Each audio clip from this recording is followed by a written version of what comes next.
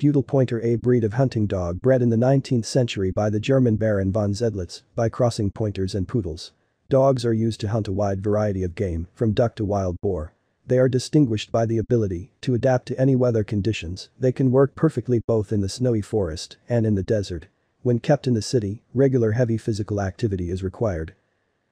The idea of developing a new breed of hunting dog, which would combine the wonderful properties of the pointer with the pliability to training and with the innate propensity to serve that the poodle possesses, was put into practice at the beginning of our century. The new breed of pointer, named Pudelpointer, has a beautiful appearance, coarse coat and combines the properties and characteristics of both breeds. This excellent breed with all-round hunting qualities is still not widespread because even at the present time its breeding is very difficult.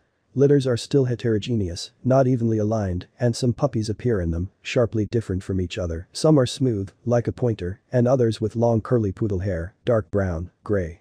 If it is possible to fix, make monotonous conformation trait stable in offspring, and create groups of good breeding sires, Pudelpointer will become a serious competitor for all other breeds of pointers, since its hunting qualities are truly incomparable.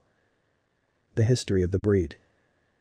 In 1881, a German breeder, Baron von Zedlitz, worked on producing his ideal tracking, pointing, and retrieving gun dog, suitable for work on both land and water.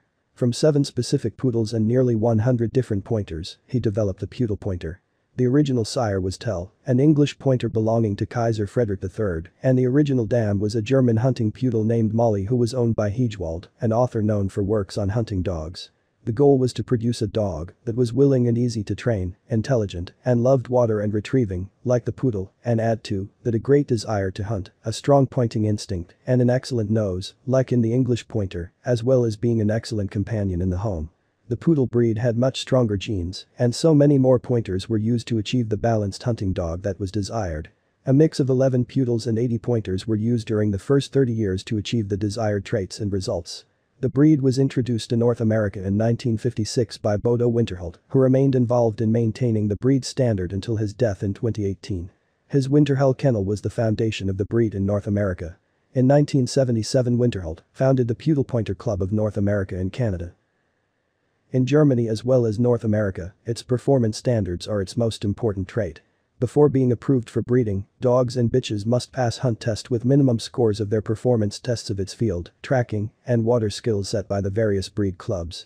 These clubs are the Verein Pudelpointer in Germany and the following clubs in North America: NAPA, PCNA and VPP-NA. The North American Versatile Hunting Dog Association also tests Pudelpointers and other breeds of versatile hunting dogs. The Pudelpointer never became a popularized breed in the United States, in part because breeders have actively avoided recognition by the American Kennel Club. Breeders believe that AKC recognition would place too much emphasis on form over function, possibly splitting the breed into a show breed and separate working class. Appearance. General form. The ideal body type for the Pudelpointer is considered to be a heavy type English pointer with a height at the withers of 60 to 65 centimeters, with a not too long, hard, wiry coat of brown or dry foliage color.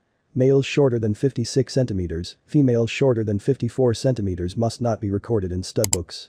The length of the body is related to the height at the withers as 10 to 9. Head. Moderately long, broad, coarsely coated with mustache, beard and shaggy eyebrows. The muzzle is long and broad, never narrow and wedge-shaped like a poodle. The transition from the forehead to the muzzle is sharp. The back of the nose should approach the upturned line of the pointer. Ears. Medium size, lying flat to the head, with short hair. Eyes. Large, rounded, yellow or yellowish brown. Neck. Medium length, dry, muscular. The upper line of the neck is arched. In breeding work with the breed, special attention should be paid to the eradication of a flat neck with poor muscles. Torso. The withers are high, long, muscular. The back is short and straight. The loin is elastic, muscular. The croup is wide, long, moderately sloping. The chest is moderately broad and very deep with prominent ribs. The abdomen is moderately tucked up. The groin is short. Forelimbs. The shoulder blades are obliquely set, wide, long, tight-fitting.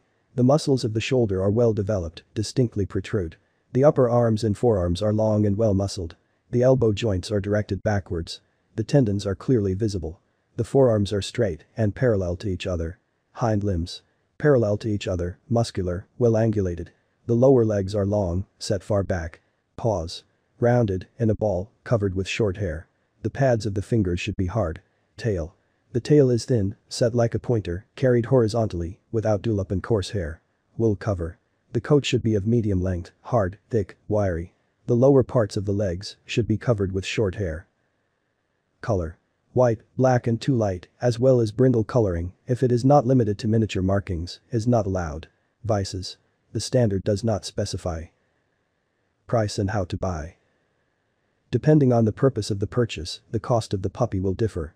Offspring without the possibility of exhibition and further breeding costs from $1,000. If there are plans for future puppies as parents, then the price increases by 2 to 3 times. Show-class puppies are even more expensive, and the price depends on the pedigree and what prizes were received by the parents of the puppies at various exhibitions. If you are looking for a show-class puppy, then you need to contact the breeders registered in the Unified International Register of Breeders, where there is a guarantee of pure blood. In this case, a contract of sale must be signed, where all the circumstances are prescribed in order to avoid misunderstandings. Buying a puppy in unreliable places is a huge risk of getting a dog similar to Pudelpointer, but not being it. While the dog is small, it is difficult to understand how the puppy meets the requirements.